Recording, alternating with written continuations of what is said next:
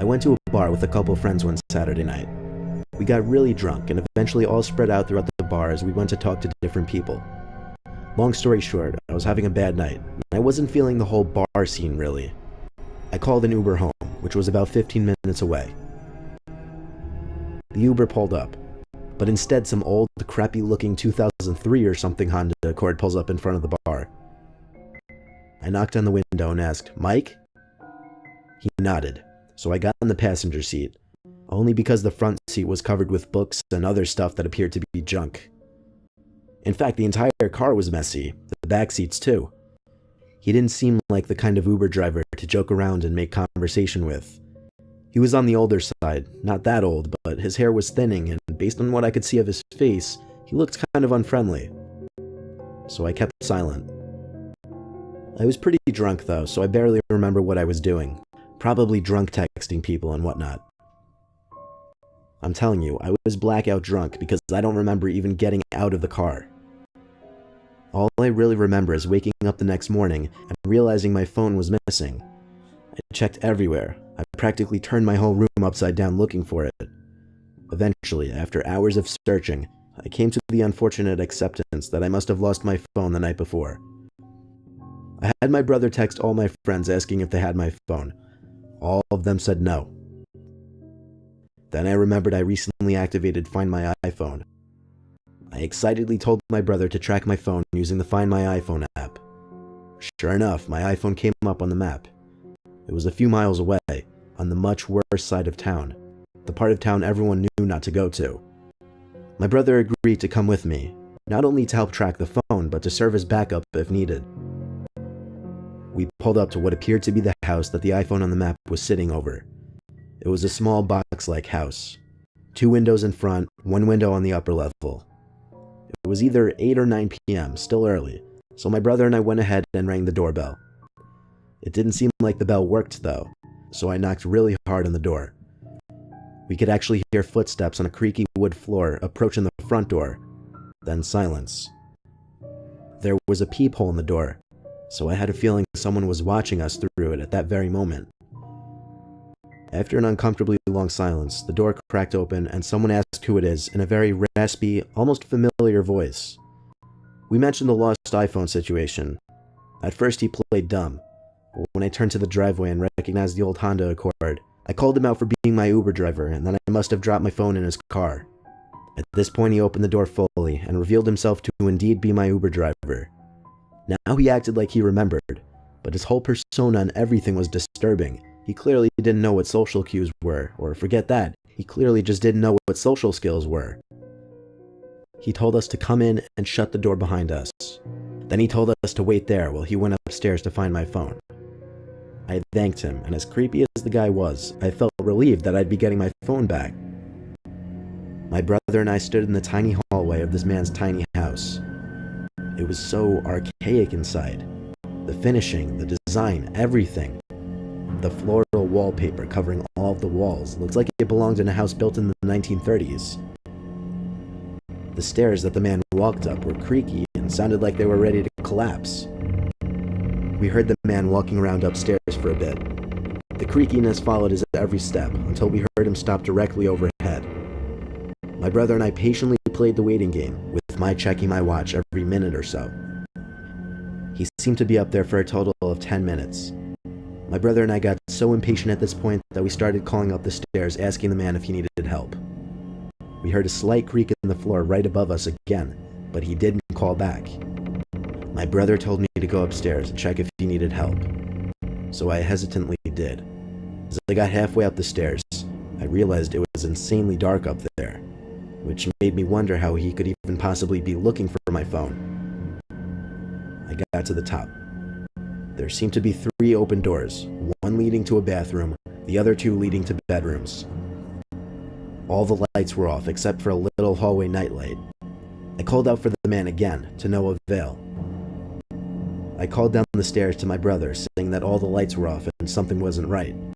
He didn't answer for some reason. I checked the bathroom, empty. I was about to check one of the bedrooms, passing the door to the bathroom, but I stopped when I saw something through the crack of the bathroom door. The man, he was hiding behind the door, holding something in his hand. I felt like he was looking at me, but I didn't look for more than a second. I looked away and pretended I didn't notice. I had to get downstairs ASAP. I nervously called out to the man that I'd be going downstairs and that I'd be right back. I walked with a certain speed and jumped my step right to the stairs, at which point I booked it and screamed for my brother to follow me. My brother emerged from one of the other rooms downstairs after apparently snooping around, and without questioning it, followed me outside to the car. We drove down the block as I explained in full what happened. The next thing we did was dial 911 for the police. An officer showed up to the house where we returned, showed the officer the Find My iPhone app screen, and knocked on the door with the officer. The man would eventually answer, and the officer forced the man to fetch the phone. This time he did without hesitation. He went up the stairs and 10 seconds later came back down. My brother and I begged the officer to arrest him or do something, given that he looked as if he were waiting to strike me as he was behind that door. The officer said that there was nothing he could do though, and I swear, as I said this, the Uber driver looked at me with the most disgusting, disturbing, and evil stare I'd ever seen. I gave him the middle finger and turned away as we left the house, which felt good slightly, but I still get scared thinking about seeing that man behind that door, very clearly holding something in his hand, most likely waiting to attack me if I were to see him.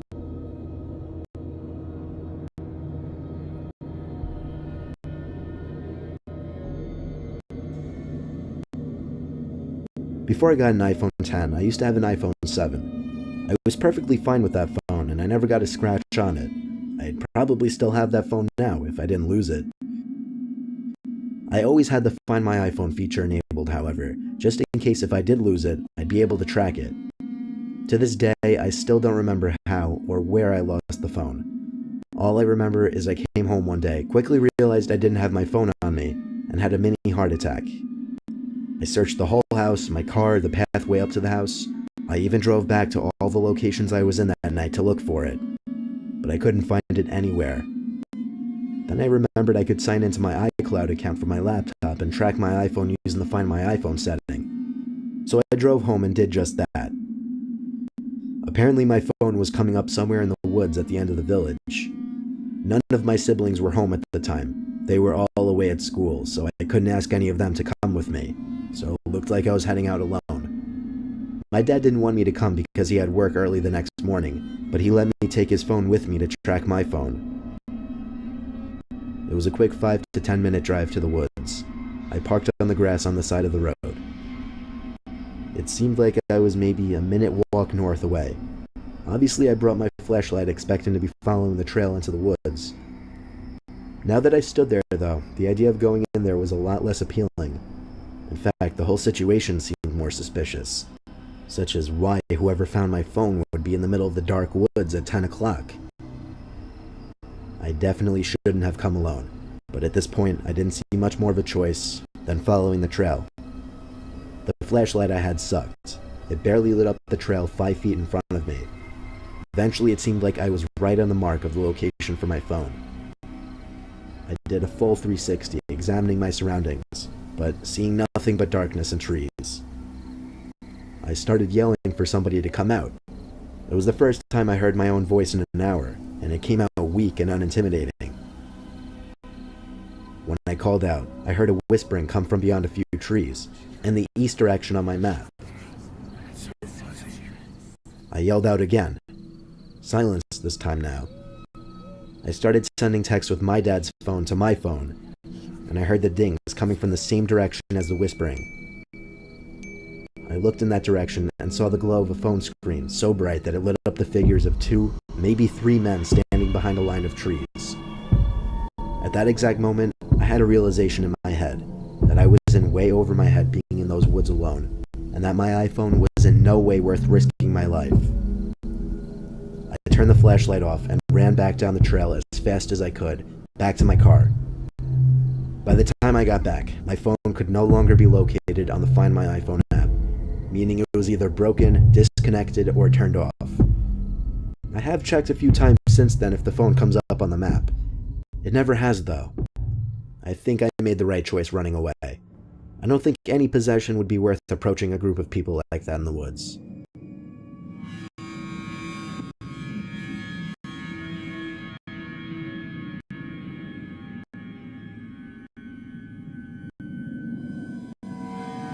I recently lost my iPhone. It was a 5C, a really old one. I was due for another one anyway, but let me tell you the story of how I lost it. I had admittedly been drinking one night on the weekends, and at some point in the night, I lost my phone. Later on in the night, when my friends and I sobered up a bit, I asked one of my friends to let me use their phone to track mine using the Find My iPhone thing. It wasn't too far actually, only a mile away from us, but that meant someone took my phone. My friend Ryan and I took a drive to this abandoned warehouse building. Of course, it had to be an abandoned building. We found a way inside, with only Rye's phone flashlight to use for navigation. The place was cold, full with trash and rubble, and every little sound created an echo. We heard yelling coming from upstairs, from what sounded like two people. Ryan and I figured one of them had to have my phone. So still, with a slight amount of liquid confidence in us, we found a stairway that led to the next level. We came to a hallway, which was disturbingly silent. The only thing to break the silence was a bang from a nearby locker room type area. Ryan and I both tried hard to make our presence known so that we wouldn't surprise any potentially dangerous people. We entered this kind of changing room area, or whatever it was, but it had a bunch of lockers. No one was in the room. Ryan started checking the lockers out of desperation, which made a lot of noise, I guess, because we heard a deep voice from another room call us over and said that they had what we were looking for. I was about to walk into the adjacent room, but Rye put his hand on my shoulder to stop me and put his finger on his lips as he went, shh. He was doing something on his phone. I didn't know what, until I heard my ringtone and the vibration of my phone coming from one of the lockers. There were too many to distinguish quick enough which one it could be. I started checking the ones where the sound could have been coming from before Rye pulled me by the arm and told me, let's go. I told him, wait, let me get my phone first, but he kept saying, no, let's go. By the time we got to the car, we had a long discussion about what was going down in there, or what was about to go down. Rye was positive we were walking straight into a trap. How he was so sure was because as I was checking the lockers for my phone, he spotted someone's head behind one of the walls to the adjacent room. They were peering their head in just barely, making it obvious they were hiding and had questionable intentions. It wasn't the end of the world. It was an old iPhone that wouldn't have been worth much anyway. It was much better to escape with our wallets, or even our lives instead.